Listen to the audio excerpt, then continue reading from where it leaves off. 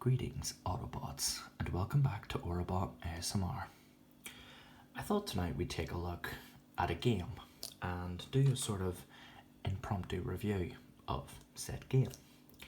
And it's one of my favourite video games of all time, right up there with Super Mario Galaxy 2.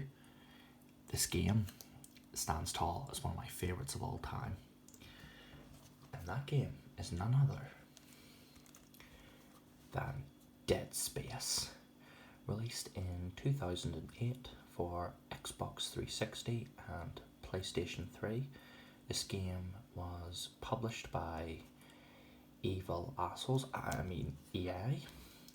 I'm very bitter about the apparent cancellation of the Dead Space 2 remake, which I will probably bring up multiple times in this video.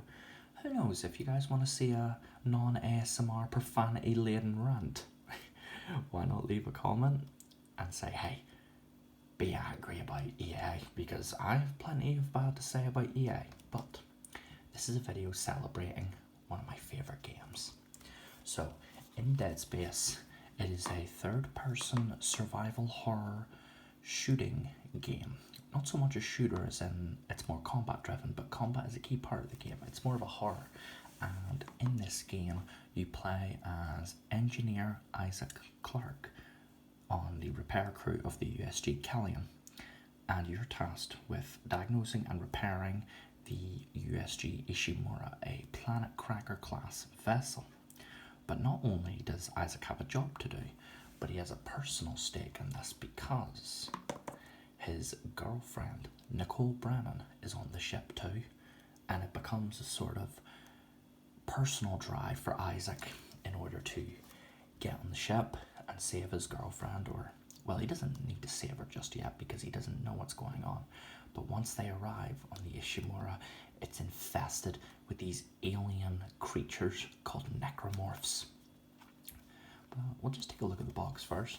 Now, I have a scratch sticker on mine, but I like to keep this sticker because this box art is incredibly nostalgic to me. Even just the image, you look at this cover and you just instantly know it's Dead Space. I mean, if the name didn't give it away, but the image of a floating severed hand in the void of space, just, oh man, as a kid I remember staring at this cover for ages on my Extravision, like my local Extravision, and just looking at the cover being like, wow, that looks awesome. So let's take a look at the back. So we have here in the back of the box some screenshots. We have Isaac fighting against the necromorphs. We have an exploder and a brute. That's just two of the necromorphs you can encounter because the enemies are incredibly varied in this game. It says here, there's no help coming. A deep space mining ship goes dark after unearthing a strange artifact on a distant planet. Engineer Isaac Clarke embarks on the repair mission only to uncover a nightmarish bloodbath. Now Isaac is cut off, trapped, and fighting for his life. That's essentially the Cliff Notes version of it, because the repair crew that join Isaac, namely Zach Hammond and Kendra Daniels, they're the main supporting characters, with them essentially leading you around the nose, telling you how to fix different systems, leading you around, giving you objectives, as Isaac in this game is a silent protagonist. So he doesn't exactly have much agency, but he does have first-person dialogue with the journal, in which you actually get to hear Isaac's inner thoughts on different mission scenarios and objectives. But one thing in particular that I have to give this game praise for is the unique combat, because in Dead Space, you don't necessarily, yes, you have weapons, but they're not so much weapons as they are repurposed mining tools.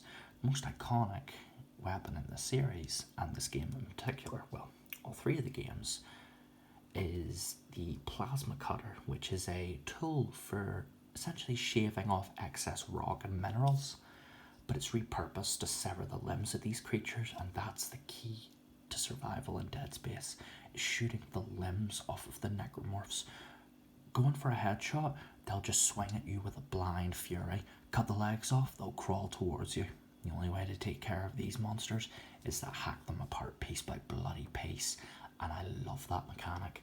Killing enemies gives you access to rewards such as ammunition, health packs, stasis packs, which stasis is quite unique in that it allows you to slow enemies down so you can strategically target their limbs and buy yourself time to escape if you're ever in a pinch.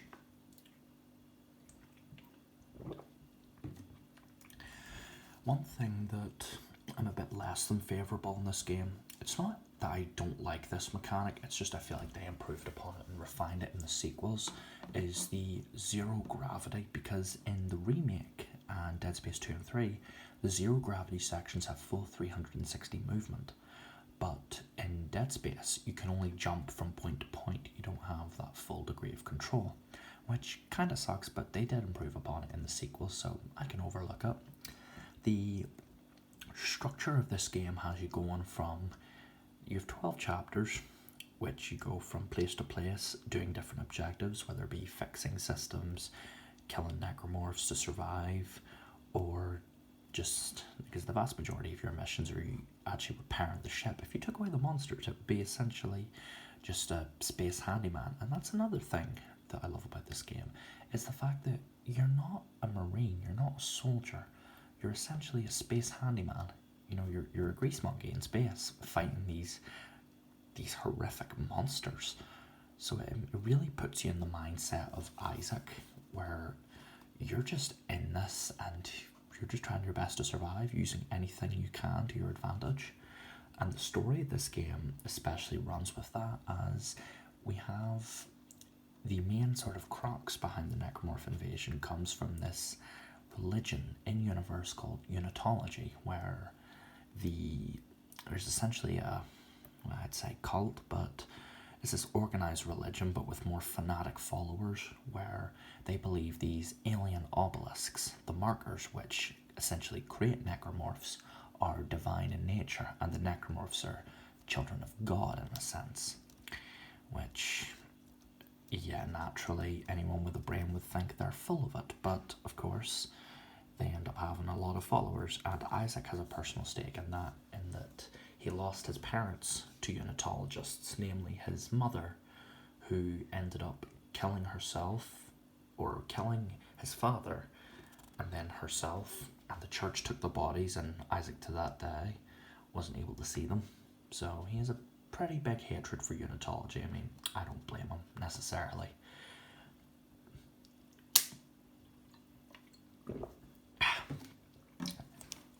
Just gotta take a swig of water. But more on the combat of this game, you've got all different kinds of weapons. You have the plasma cutter, but you also have stuff like the line gun. That's essentially a bit more, I'd say the force gun and line gun are this game's analog to a shotgun, but you've got stuff like the contact beam, which is incredibly fun. It's this heavy duty laser gun where you hold the right trigger and it just charges up a shot, and then you let it go and it completely tears boss enemies apart.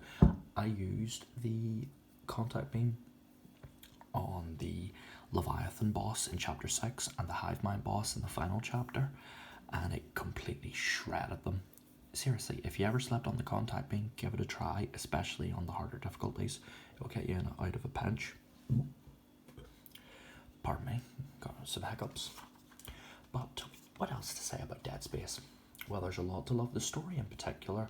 Now, I'm going to go into some spoilers here because, well, this is a more in-depth review, and if you guys don't know, and if you don't want to hear the spoilers, okay, if you don't want to hear spoilers for this game, this would be your chance to click off the video or put your fingers in your ears, start singing Linkin Park or whatever, just something to distract yourself, you know, anything. But we have let's say Isaac over the course of the game is doing all this to not only survive but also find his girlfriend. But at the end of the game, he's shown a message that after revealing that Nicole, his girlfriend, was dead the entire time, she'd killed herself before he even got there.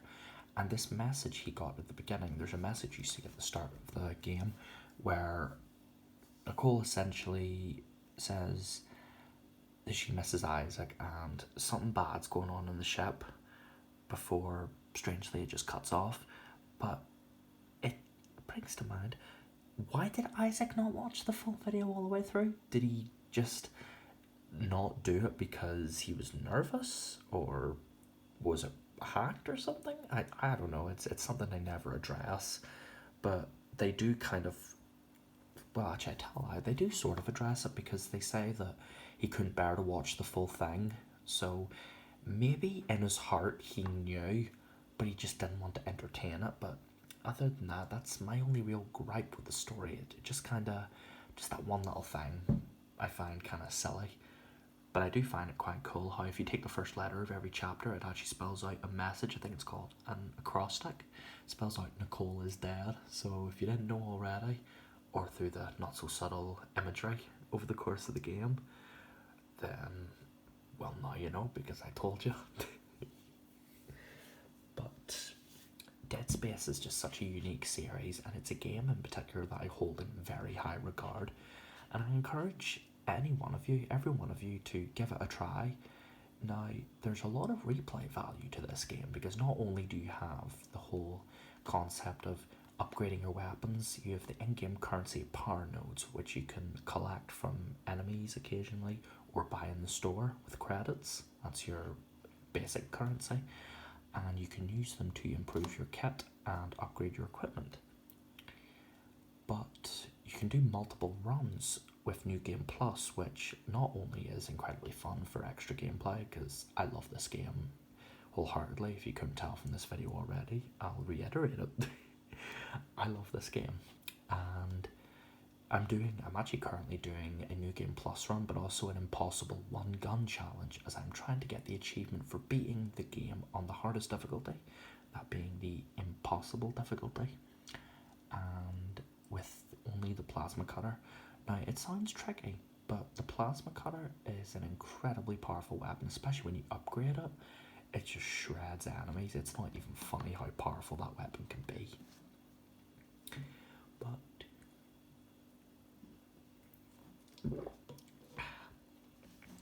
with, let's see, if I could go back to my point about the zero gravity and how they improved upon the game, I think one of the weaker points as well is the melee, because you're encouraged to use, like, the stomp ability in particular is incredibly useful.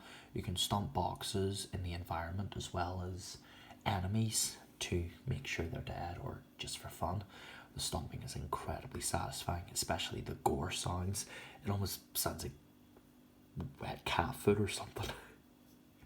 But whenever you crush the enemies, they drop stuff, like whether it be credits, power nodes, though only mini boss enemies like brutes drop power nodes. Other enemies just drop ammunition, credits, or useful items like med packs or stasis packs. But other weapons, in fact, all weapons have an alternate firing mode where if you use the right bumper, you can actually use different sort of add-ons. Well, not so much add-ons, but features of your weapon. The plasma cutter can just rotate it can rotate the, say, the front of it, so that way instead of aiming it up the way, it'll aim across the side or horizontally, so that way you can aim more precisely at different limbs. With the force gun, it fires off a little explosive grenade, which can be good for crowd control, as well as the pulse rifle and the line gun, with the pulse rifle having what I essentially call the get the hell away from me button, as it fires a flurry of bullets that can really just knock the life out of enemies, especially given that when you're surrounded, it's a pretty good get out of jail free card. But yeah, the weapons in particular really encourage you to get to grips with their different mechanics and styles. You're not going to be using the pulse rifle as your go-to weapon. You're going to want something more. You're going to really want to rely on your plasma cutter, or even if you upgrade your pulse rifle, it's good at dismembering limbs if you put a good bit of upgrades into it, but you're going to want something that gets the job done, especially like the Ripper. The Ripper is amazing. It's a single shot weapon where it fires a rotating saw blade that you can use to eviscerate a necromorph and sever their limbs. You can pretty much kill a couple necromorphs with just one blade, though if you're feeling daring, you could use the alt fire, which just fires a single blade that ricochets around, which can potentially be incredibly useful. But talking more about the story, I love the characterization. I will say this though, in the original version, Kendra and Hammond, their constant bickering gets kind of irritating, more so with Kendra. Hammond seems to be the one keeping everyone together, but Kendra, given the twist about her being a secret spy for EarthGov later in the game, yeah, Kendra's not very sympathetic. She's a lot more sympathetic in the remake, but still, I didn't really feel too bad when she got smooshed by the hive mind. But yeah, this is essentially a pretty abridged video of my thoughts and feelings towards Dead Space, one of my favourite games of all time, and one that I strongly recommend you give a try if you ever get the chance. I hope you guys enjoyed this little video, and if you have any thoughts on this game or this video, or just want to leave a comment, feel free to leave a like, subscribe, and leave a comment while you're at it. It helps a lot, and I love interacting with you guys. All the lovely comments that you leave me on every one of my videos, it just makes it makes this all that more special for me. And I look forward to seeing what you think about this video. With all that being said, this is Orbot ASMR, signing off for the day. Don't forget to cut off their limbs, and I'll see you soon.